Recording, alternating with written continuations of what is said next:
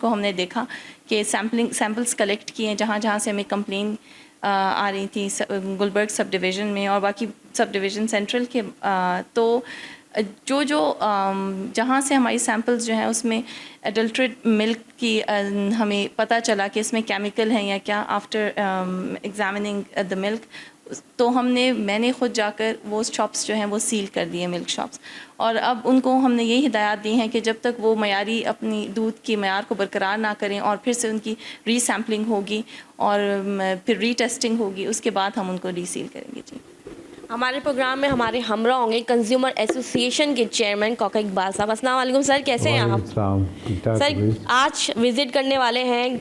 Assistant commissioner Gulberg के साथ, क्या कहेंगे सर आप? देखिए, मैं समझता हूँ कि कमिश्नर साहब की हिदायत पे जो डिप्टी कमिश्नर साहिबान हैं तमाम और असिस्टेंट कमिश्नर साहिबान हैं अपनी ड्यूटी अंजाम दे रहे हैं और प्राइस को चेक कर रहे हैं। ख़ुसूसी तौर पे जो अभी एक मुहिम है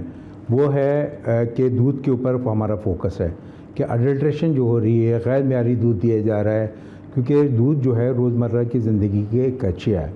और बच्चे भी पीते हैं, बड़े भी इस्तेमाल करते हैं और ये एक ऐसा इंतहाई जुज़ है ज़िंदगी का जिसको हम इग्नोर नहीं कर सकते। तो आज ये इन्होंने जैसे बताया, मुझे बहुत खुशी हुई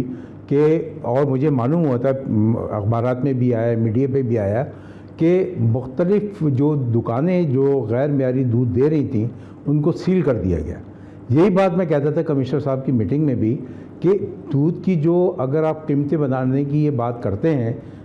जो हमारे रिटेलर्स हैं, डेयरी फार्मर्स हैं, कि कीमतों में इजाफा कर दिया जाए, तो भाई सबसे पहले तो आप ये चेक करें कि कराची शहर में बिकने वाला दूध वो कितना मेयारी है, कितना खालिस है, तब उसके बाद जो है उसकी दूध की कीमतें मुकर्रर की जाएँ। तो अल्हम्दुलिल्लाह जो काम हो रहा है, मैं पूरे कराची के सार्फिन की जानिब से मैं कमिश्नर साहब का बहुत मशकूर हूँ कि जिनकी हिदायत पे जो है हमारे असिस्टेंट कमिश्नर साहिबान, डिप्टी कमिश्नर साहिबान जो है बाकायदा तौर पे चेक कर रहे हैं और ये